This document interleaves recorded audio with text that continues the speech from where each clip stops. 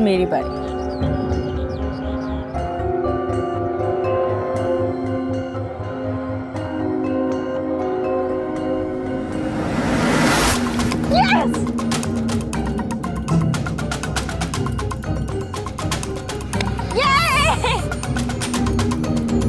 चल बोल दे।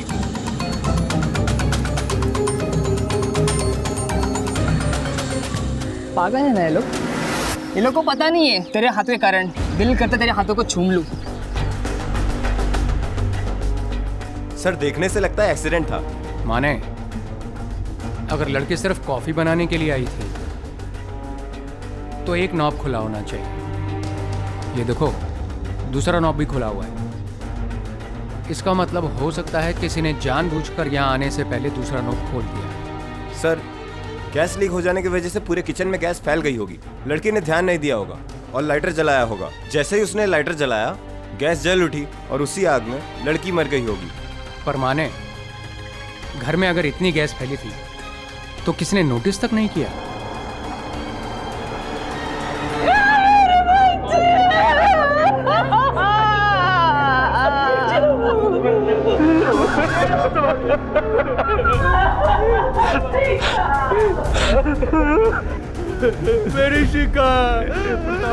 मेरी शिका के साथ ये क्या हो गया? देखिए आप लोगों की हालत क्या है मैं समझ सकता हूँ, पर कुछ पूछताछ करनी है। क्या आप में से किसी को भी गैस लीक होने की स्मेल नहीं आई? कैसे आती साहब, हम सब लोग तो सो चुके थे।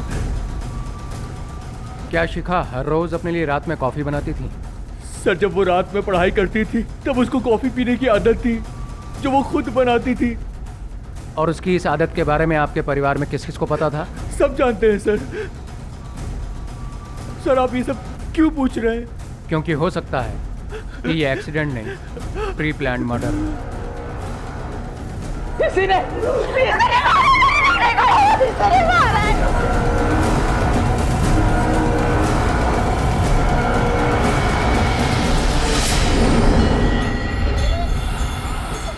प्रतापने स्वतःहून फोन करून बोलवलंय। विवाह की शादी तय करने जा रहे हो लोग। बेटी के शादी का सवाल है तो जाना ही पड़ेगा ना। ए चल हटप तो चलो क्या, अभी थोड़ी देर में सुबह हो जाएगी। 6 बजे की गाड़ी पकड़नी है। जा निशा, ए पूरी, ठीक है? तो अभी तैयार नहीं हुई? क्योंकि मैं नहीं जाना चाहती। क्यों? ए बुरी, अरे विवाह तेरी बहन है, उसकी शादी हो रही है, तुझे तो खुश होना चाहिए। खुश होना चाहिए? क्यों खुश रहूं मैं? शादी विवाह की हो रही है, मेरी नहीं। मेरी किस्मत में तो शादी लिखी ही नहीं है। मुझे तो जिंदगी भर इसी घर में सड़ना है।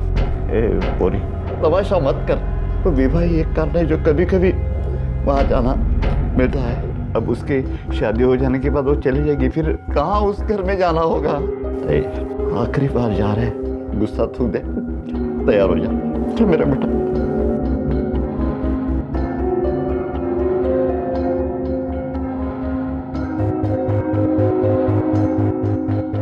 ये तो मैंने सोचा ही नहीं।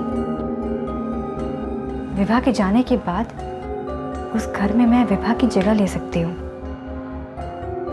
और मुझे वो सब कुछ मिलता जाएगा जो विवाह को मिलता आया है।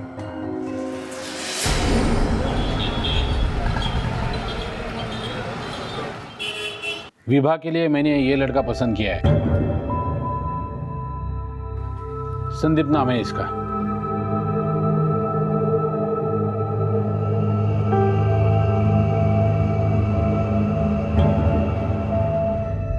किस्मत खुल गई विभा की। एक लौता लड़का है, बहुत पैसे वाला है। जयसिंहपुर में 20 एकड़ जमीन है उसकी। लड़का अच्छा है, मेरे अशोक का दोस्त है। अरे काकी, आप क्यों परेशान हो रही हैं?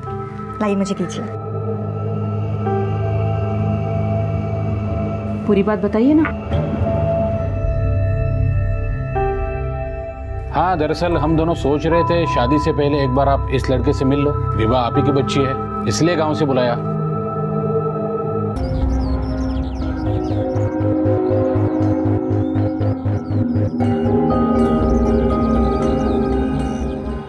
अब मेरी बारी।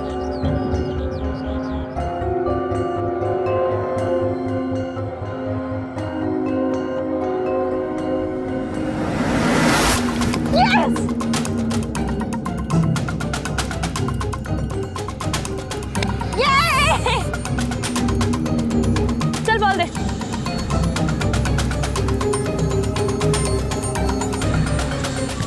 पागल है ना ये लोग। ये लोग को पता नहीं है तेरे हाथों के कारण दिल करता तेरे हाथों को छूम लूं। तुझे तो पता है ना। चल बता कितना डिग्री है? छोड़ना छोड़ना, बहुत दर्द हो रहा है यार, छोड़ना। सुन, अपनी ना औकात में रह, समझा ना? ज्यादा अपना दिमाग लड़ाया तेरी खोपड़ी खोल के ना तेरे हाथ में दे दूंगी, समझा ना? विभा, चल मामी बुला रही तुझे। इस उम्र में मोहल्ले के लड़कों के साथ लगोरी खेलना, आवारागर्दी करना, शर्म नहीं आती तुम्हें? और करो इसकी शादी, नाक कटवाएगी ससुराल में। विभा, गलत बात है। काका और काकी तेरे लिए इतना कुछ कर रहे हैं और तू थोड़ा सुधरने की कोशिश तो कर। इतना अच्छा लड़का ढूंढा तेरे लिए, कोई मेरे लिए इतना कुछ करे ना, मैं जिंदगी भर गुलामी करूं उसकी। मुझे शादी नहीं करनी। जुबान लड़ाती है? हम सब तो नौकर है ना तेरे, तू जो कहेगी वो हम सब करेंगे। हाँ, क्यों नहीं करनी शादी? क्यों नहीं करनी बोल? आवारागर्दी करनी है इसलिए ना? बेटा, कुछ तो सम्मान कर बड़ों का। अरे काका काकी के कितने एहसान है तेरे पे, कुछ तो शर्म कर। रहने दो रत्या, सब जानती हूँ कि क्यों कर रहे हैं मेरी शादी। हात कर दिया इसने तो। भाऊजी, आता तुम्हीच बोला हिच्याशी। कितना कुछ किया इस लड़की के लिए, पाला पोसा बड़ा किया और रत्ती भर भी शर्म नहीं है उसमें। काकी काकी अब शांत हो जाइए। मैं हूं ना, मैं बात करती हूँ उससे।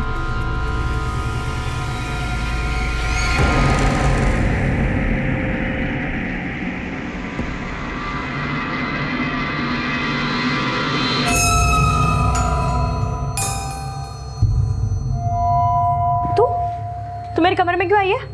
निकल ऐसे। तुझे सब कुछ कितने आसानी से मिल गया ना। अब तो तेरी शादी भी अच्छे घर में होने वाली है, एक अच्छे लड़के के साथ। लड़का 40 साल का बुढ़ा है वो, और ऊपर से उसकी दूसरी शादी है। दूसरी शादी तो क्या हो गया, घर दे रहा है, नाम दे रहा है, और क्या चाहिए तुझे? घर और नाम से ज्यादा डिजर्व करती हूँ मैं। देख विभा, जो मिल रहा है ले ले, वरना कल को ऐसा ना हो जाए कि मैं निशा नहीं विभा हूँ, समझी? तू होती कौन है मुझे सलाह देने वाली? हाँ, तू मेरी सगी बहन जरूर है, पर मैं तुझे अपनी बहन नहीं मानती। ज्यादा शानी बनने की कोशिश मत कर। 2-4 दिन रुक और ऐसे चलती बन। दो कौड़ी की लड़की मुझे आग दिखाती। काकी, मैं करती हूँ। काकी देखिएगा, सब ठीक हो जाएगा। और ये आपके लाड और प्यार का नतीजा है, जो विभा इतनी जिद्दी हो गई है। पता नहीं उसको कुछ दिख ही नहीं रहा है, इतना आप लोग उसके लिए कुछ कर रहे हो, सिर्फ अपने बारे में सोच रही है। अगर मैं उसकी जगह पर होती तो कभी जवाब नहीं देती, कभी आंख उठाकर ऊपर नहीं देखती, चुपचाप होकर सारी बातें मान जाती।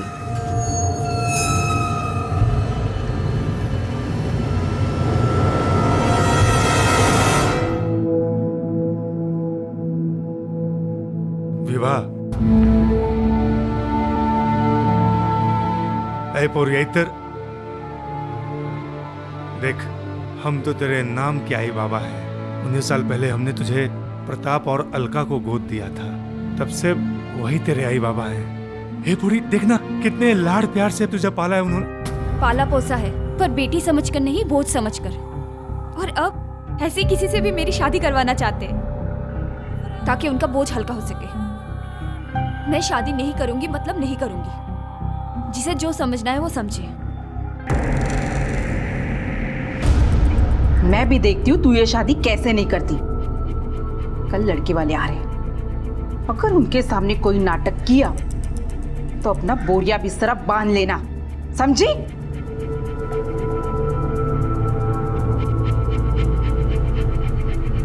ए पोरी, क्यों तू अपनी जिद पे अड़ी हुई है? हाँ? देख बेटा, ठंडे दिमाग से सोच, अरे कुछ ना कुछ हल जरूर निकले। मैं हल निकाल लूंगी, उसकी टेंशन आप मत लो।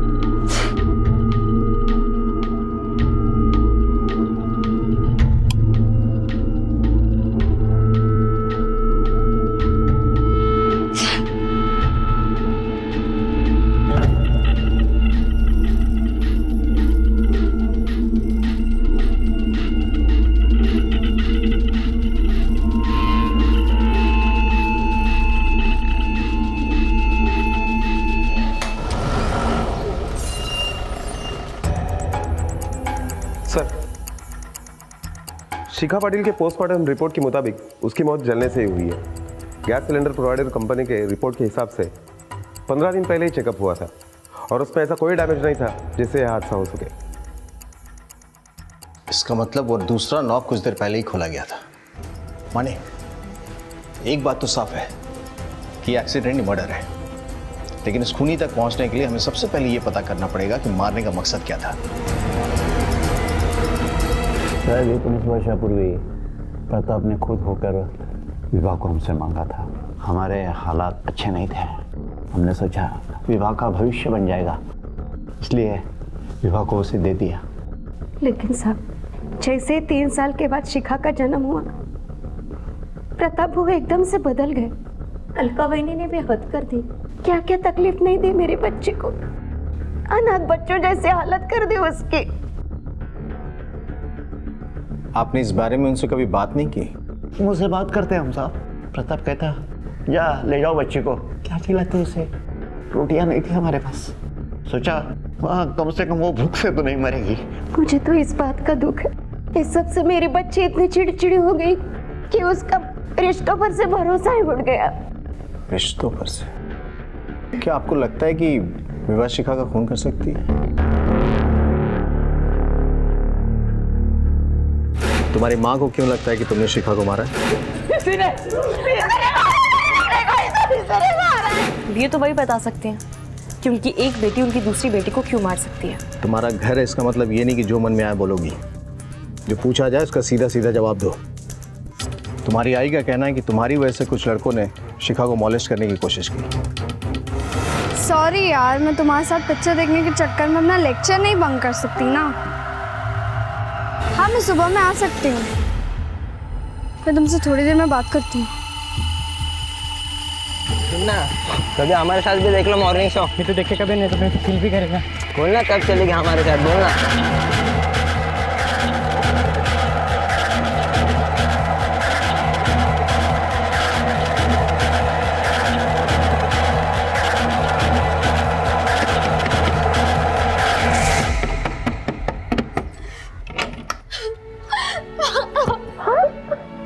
बेटा क्या हुआ? आराम से बेटा, आराम से। आराम से। चुप बेटा। बेटा पहचानती है कौन थे, कहाँ के थे? वो सहकार नगर के लड़के थे। सहकार नगर? वहाँ तो विभा की भी क्लास होती है। अगपन विभा जहाँ क्लास जाती है वो जगह छोटी तो नहीं है ना? छोड़ूंगा नहीं, वाटलावे ने क्या चाहिए? काका, सबक उनको नहीं, उसको सिखानी पड़ेगी जिसकी शह की वजह से उन लड़कों ने आज शिखा को परेशान किया। देखो कितना रो रही है, सदमा लग गया है इसको।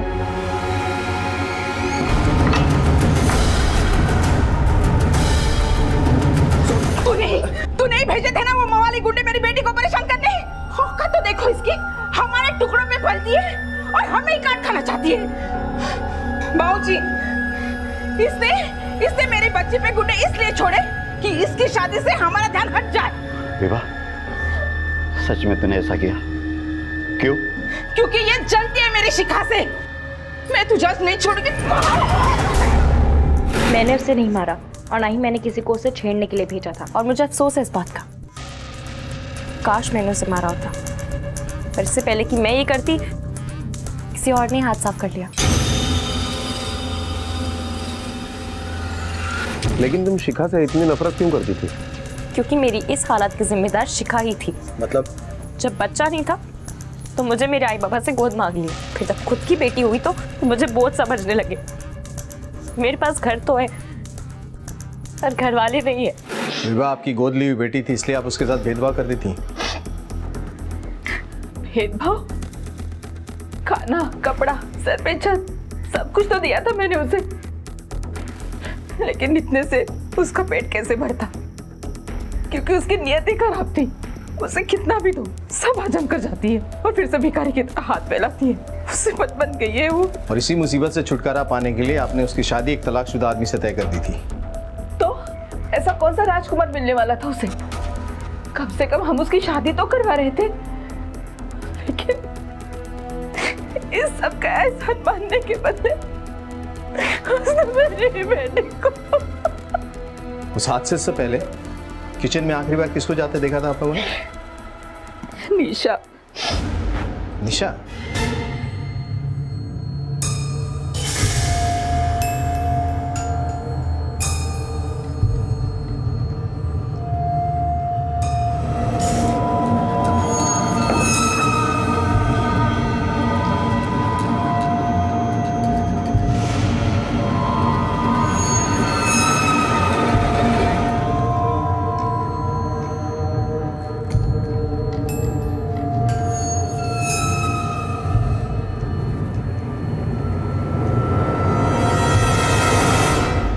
तुम शिखा के कमरे में क्या कर रही हो?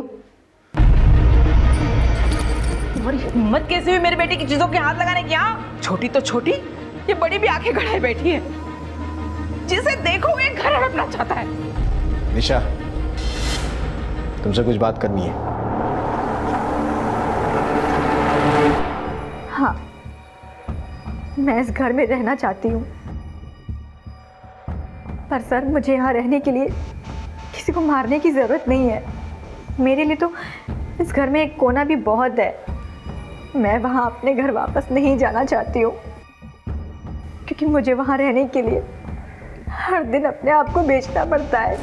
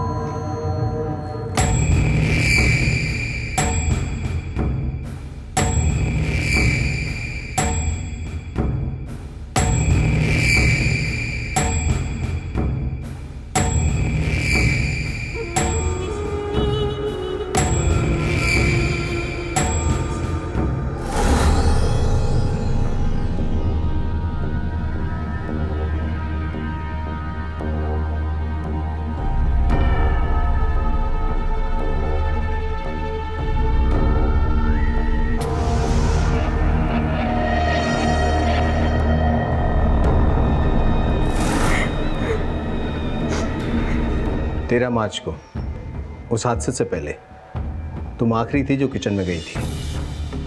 तुम्हें वहां गैस लीक की कोई स्मेल आई थी? नहीं सर, मुझे गैस की कोई स्मेल नहीं आई थी, और किचन में सारा काम खत्म करने के बाद करीबन 9:30 बजे मैं वहां से निकल चुकी थी। माने, फैमिली में कई लोगों के पास शिखा को मारने का मकसद है। या जिस तरह से विवाह के साथ बर्ताव हो रहा था, हो सकता है इस बात ने उसके अंदर इतना जहर भर दिया कि उसने शिखा को मार दिया। या फिर कालिंदी या अशोक भी। सर, कहने को मेरे मामा की बेटी थी, सगे भाई बहन जैसा रिश्ता था हमारा। एक ही घर में बचपन से पले बड़े थे हम। हमें इंक्वायरी से पता चला है कि दो बेटियां होने के बावजूद तुम प्रताप पाटिल के काफी करीब थे, अपनी बेटियों से ज्यादा मानते थे तुम्हें। अगर बेटियां नहीं होती तो वारिस भी शायद तुम ही होते। सर, ये तो लोगों का मानना है, इसमें मैं क्या कर सकता हूँ। मामा की फैक्ट्री में बिना किसी शिकायत के, बिना किसी डिमांड के दिन रात मेहनत की। मामा मुझे बहुत भरोसा करते, बहुत प्यार करते हैं मुझसे, शायद इसीलिए लोग ऐसा समझते हैं। पति के मौत के बाद प्रताप ने अपने घर में सहारा दिया। बहुत एहसान है उसके हम पर। और शिखा तो मेरी बेटी जैसी थी, सब बेटी जैसी थी। क्योंकि डायरेक्टली इनडायरेक्टली इन दोनों को भी फायदा होने वाला था, और शक तो वैसे भी विवाह पे जाना था। उन लड़कों के बारे में पता चला जिन्होंने शिखा को मॉलेस्ट करने की कोशिश की थी? किसने कहा था? सर, विभा ने कहा था मेरे को। हाँ सर, मैंने उन्हें शिखा को छेड़ने के लिए भेजा था। क्यों? क्योंकि मुझे शादी नहीं करनी थी, और मुझे पता था कि शिखा को छेड़ने की बात को सब इतनी इंपॉर्टेंस देंगे कि सब मेरी शादी की बात भूल जाएंगे, क्योंकि हमेशा ऐसा ही तो होता था। शिखा के सामने मैं तो उन्हें दिखती ही नहीं थी।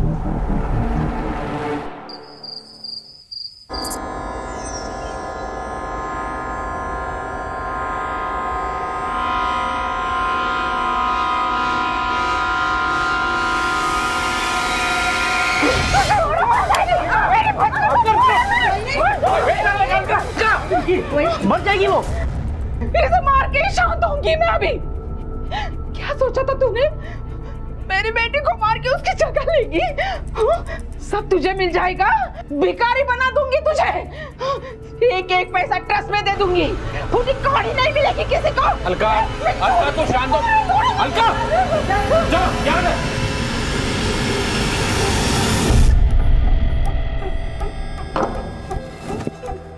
देखा ना, इतनी सेवा करके क्या फायदा हुआ? वही नहीं अपनी सब प्रॉपर्टी पैसा ट्रस्ट को देने वाली है, और हमें? भाई ऐसे बोलने से हो जाता है क्या? और सब जानते हैं कि मामा की फैक्ट्री के लिए मैंने कितनी मेहनत की है, अपना खून पसीना बहाया है। वो ऐसे उठा के नहीं फेंक सकते हैं। अगर फेंकना भी चाहेंगे तो मैं उन्हें फेंकने नहीं दूंगा।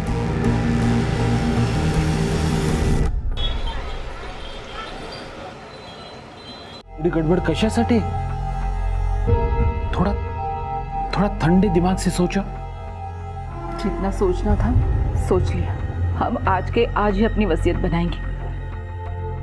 मैं नहीं चाहती कि कोई मेरी बेटी की मौत की खुशियां मनाए। मैं भी देखती हूँ जिस जायदाद के लिए मेरी बेटी का खून किया है उसे एक पैसा भी कैसे मिलता है। ठीक है, जो तुम्हें करना है वो। अशोक, प्रॉपर्टी के डिटेल्स ले आओ। जी।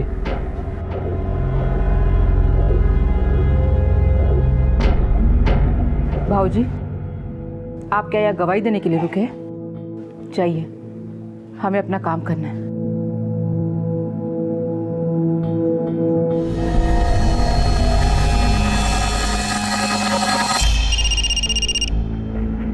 हेलो, क्या?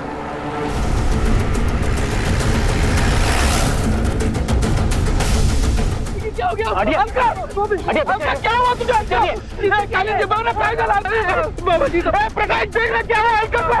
माने, एक बात तो साफ, जितनी बुरी तरीके से चाकू मारा है, जिसने भी चाकू मारा है ना, वो इससे बहुत नफरत करता है।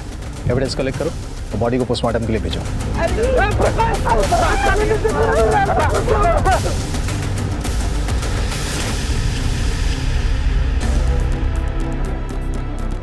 सर, पोस्टमार्टम रिपोर्ट के मुताबिक अलका का कत्ल दोपहर 12 से 1 बजे के बीच में हुआ, जब वो अपने खेत पर गई थी। और जिस चाकू से उसका कत्ल हुआ वो चाकू लगभग बॉडी से 50 मीटर दूरी पर मिला, लेकिन उस चाकू पर किसी के भी उंगलियों के निशान नहीं मिले। इसका मतलब है कि जो मारने के लिए आया तो पूरी तैयारी के साथ आया था। माने, अलका अपनी प्रॉपर्टी ट्रस्ट के नाम करने के लिए वसीयत बनाने वाली थी। इस वसीयत से किस किस को नुकसान हो सकता था? सर, अशोक, कालिंदी, प्रकाश, कविता, विभा, अनिशा, इनफैक्ट सबको ही नुकसान होने वाला था। कल मैं 12 से 1 बजे के बीच घर में ही थी। मेरी तबीयत ठीक नहीं थी, इसलिए मैं अपने कमरे में सो रही थी। सर, मुझे एक ज़रूरी काम था, इसलिए कल मैं फैक्ट्री में ही था। मैं भी अपने कमरे में ही थी। सर, सब लोग अपने अपने कमरे में थे। घर में कुछ काम नहीं था तो मैं घर में मंदिर की सफाई कर रही थी। माने, अगर सबके सब घर में थे तो फिर अलका को मारा किसने?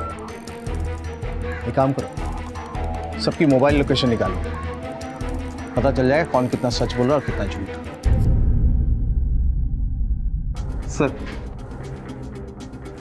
मोबाइल लोकेशन रिपोर्ट के मुताबिक जिस वक्त अलका का कत्ल हुआ उस वक्त विभा घर पर नहीं, बल्कि जहां अलका का कत्ल हुआ उसी जगह के आसपास थी। हमने वहां जाकर पूछताछ की तो वहां के लोगों ने भी कंफर्म किया है कि उसे वहां देखा गया था। मैं गई थी वहाँ, पर अपनी मर्जी से नहीं। निशा ने बुलाया था मुझे वहाँ पर, ये बोल के कि बाबा बुला रहे, पर उसने झूठ बोला था। तूने अब तक तो बहुत ऐश कर लिया, अब जब मेरी बारी आई सिर पकड़ के बैठी हुई है। तू ना जबरदस्ती गले पड़ रही है। मैं गले पड़ रही हूँ? जा क्यों नहीं रही शादी करके? आज तेरी वजह से काकी सारी प्रॉपर्टी ट्रस्ट वालों को दे रही है। ओह, तो ये तेरा असली संस्कारी चेहरा? नहीं जाऊंगी, कहीं नहीं जाऊंगी। और अगर कहीं चली भी गई ना तो सब कुछ मेरा ही रहेगा। तो अपना रास्ता नाप ले। देख, तुझे सब कुछ मिल चुका है, तेरी शादी भी हो जाएगी। मेरा सोच, मेरी शादी नहीं होगी। कम से कम मेरे लिए तो कुछ छोड़। अपनी दर्द बड़ी दास्तां ना कहीं और जाके सुना किसी और को। जितने दिन रहना है रहे, वरना धक्के मार के घर से बाहर निकालूंगी। उस घर से मैं कहीं नहीं जा रही हूँ। अब तेरा जीना हराम करके मैं ही रहूंगी। जा रही हूँ मैं, तेरे खिलाफ सबको भड़काने जा रही हूँ। जा जा, शौक से जा।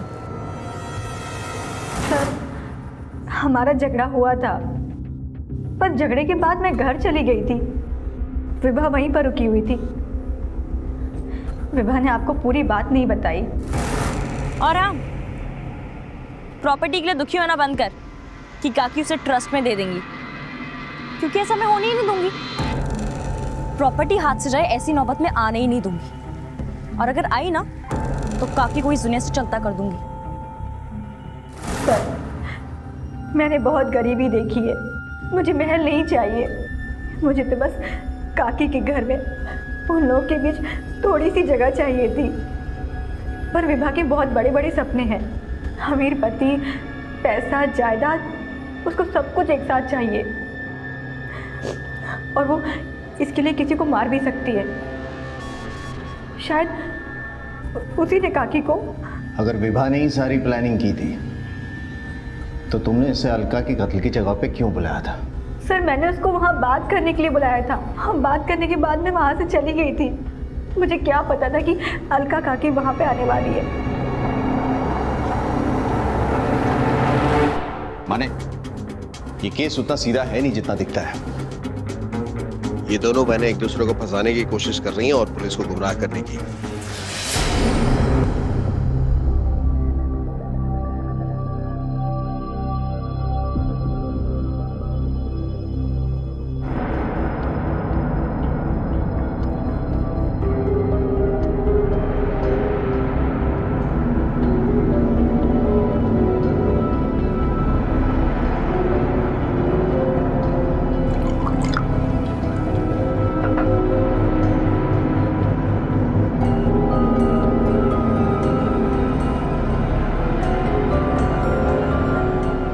मैंने आपको एक काम किया, अब आपको मेरा काम करना होगा। आपको पुलिस को बताना होगा कि आपको शक है कि अलका काके का खून निशा ने किया।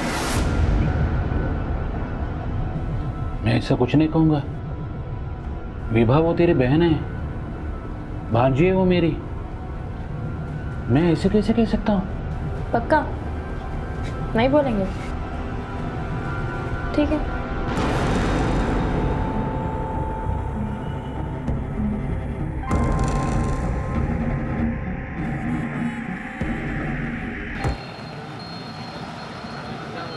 हाँ बताइए, क्या बताना चाहते थे? सर, मुझे शक है कि निशा ने अलका का खून किया है। काका, ये आप क्या बोल रहे हैं? चुप रहो। काका, काका प्लीज आप सही बोलिए प्लीज। काका आप रहो इधर। एक्चुअली निशा चाहती थी कि हम उसे गोद ले लें, पर अलका ने साफ मना कर दिया था। और उस रात जब ये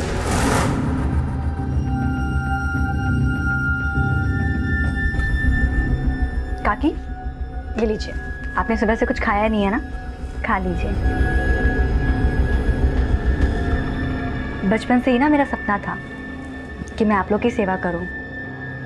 काकी, मुझे आपके पास ही रहना है। अगर आप मुझे ऑफिशियली गोद ले ले तो। काकी, आप सुन रही है ना? काकी, सेवा के नाम पे अपना उल्लू सीधा करना चाहती है तू? निकल यहाँ से। तेरी बहन ने मेरी बच्ची को खा लिया, अब क्या तुझे अपने सिर पे नचाऊं मैं? तेरी औकात पता नहीं है क्या मुझे? आज तक कितनी गोदी में बैठी है तू, 2 टके में बिकने वाली। निकल यहाँ। क्या कहा आपने? दूर रहना, दूर रहना मेरे से। 2 टके की औरत? हाँ? निशा, दूर रहना मेरे से। 2 टके वाली? निशा, मेरी औकात। देखना, दूर रहना। मैं कह रही हूँ दूर। निशा, क्या कर रही हो? निकल से बाहर। निकलो यहाँ से। खड़े रहो सीधा। हे भगवान, कैसे इतने दिन शरीफ होने का नाटक कर रही थी ये लड़की। तेरे दोनों बेटियों ने भाव का जीना हराम किया। कालिंदी, तू चुप बैठ। तुम सब लालची हो, लालची। काका, सर बोलिए प्लीज। प्लीज, मैंने तो कुछ नहीं किया है। मार्टिन मैम, ले चलो इसे। काका मेरी बात सुनो। निशा मेरी बात, निशा।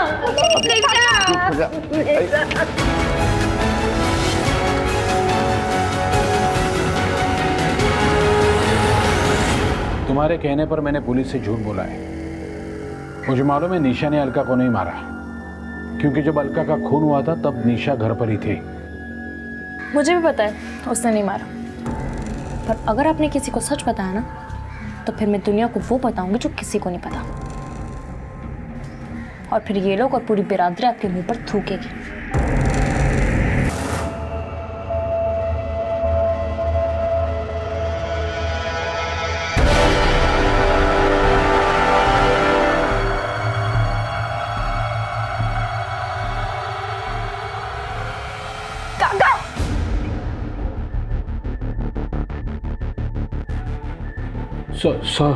सॉरी विभा, गलती हुई, सॉरी विभा। जब आपको और आपकी बीवी को मेरी जरूरत थी तो मुझे लेकर आ गए, फिर जब शिखा आई तो मुझे कचरे में फेंक दिया। हमेशा यूज किया मेरा। अब मेरी बारी। अब मैं आपको और इस घर को अपनी मर्जी से चलाऊंगी। देखती हूँ कौन रोकता है मुझे। कहीं ऐसा तो नहीं कि अलका को तुमने मारा है? काश मैं मार पाती, पर मुझे इस पुलिस के डंडे नहीं खाने। इसलिए अब जो कुछ भी होगा मैं दूसरों को आगे करूँगी, फिर चाहे वो मेरे सगे हों या सौते।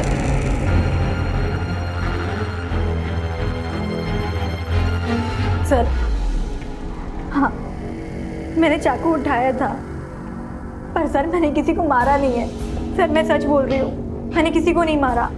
सर, एक इन्फॉर्मेशन हाथ लगी।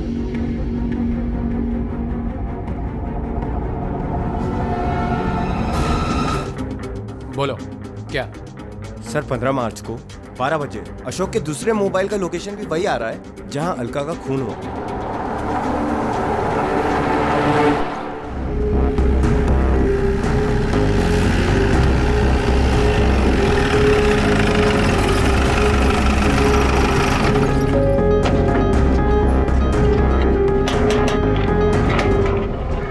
अशोक जादव है? हाँ, अंदर है।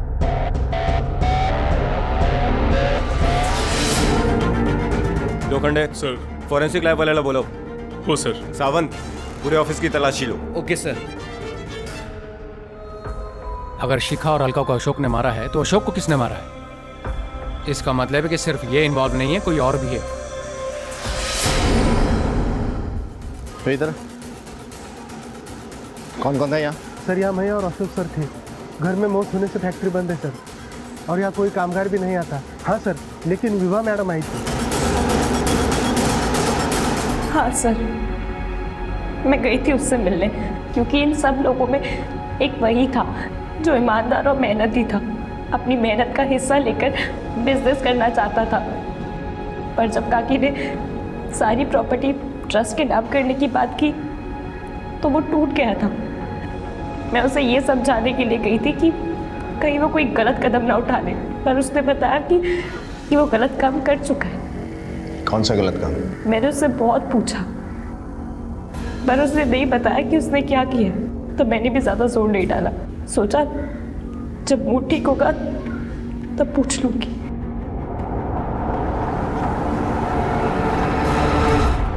सर, हो सकता है अशोक ने विभा के साथ जो गलत काम की बात की वो गलत काम यानी अलका का कत्ल हो, और शिखा का भी। मानिए अगर इस बात को मान भी ले तब भी कोई और शख्स है जो इस केस में इन्वॉल्व है, जिसने अशोक को मारा।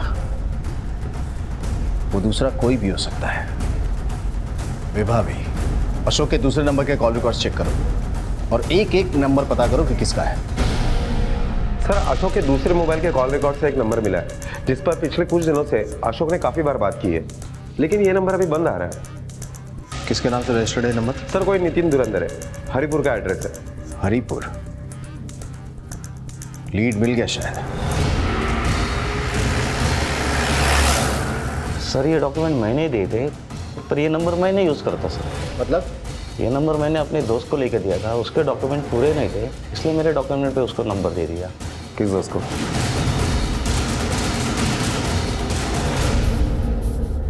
सारी जिंदगी गरीबी में कट गई।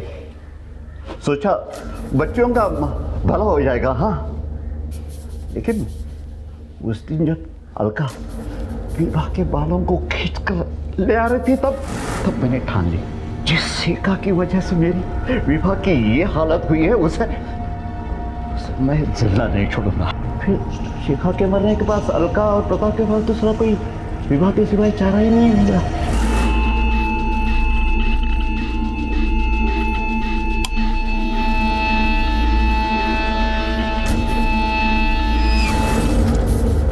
सब शिखा को मारकर मुझे लगा अब मेरे बच्चियों को कोई खतरा नहीं है, लेकिन वो अशोक खुद को वारिस समझ रहा था। देख अशोक, विभा को अलका ने खुद होकर गोद लिया था, फिर भी उसकी ये हालत रही। अब तू सोच तुझे क्या मिलेगा? वो एक पैसा सुधा तुझा तू देना नहीं। हाँ, लेकिन अगर अलका मर जाती है तो वही जायदाद तुम दोनों में आधी आधी बढ़ जाएगी। मामा आप ये कैसी बात कर रहे हैं? शोक, मैं सही बात कर रहा हूं। सब तो फिर जायदाद दान में ही जाने वाली है। मेरी बात अशोक के समझ में आ गई और उसने अलका को मार दिया। और सब फिर मैं नहीं चाहता था कि मेरी बच्चियां किसी के सामने हाथ जोड़े, किसी का मुंह ताके, किसी की मोहताज पर। मैं नहीं चाहता था सब ये सब उनके लिए किया। बेटियों को इतनी फिक्र थी ना तो उसे कमा के खिलाता, लूट कर या जुर्म करके नहीं। प्रकाश को अशोक और शिखा के कत्ल के जुर्म में गिरफ्तार किया गया।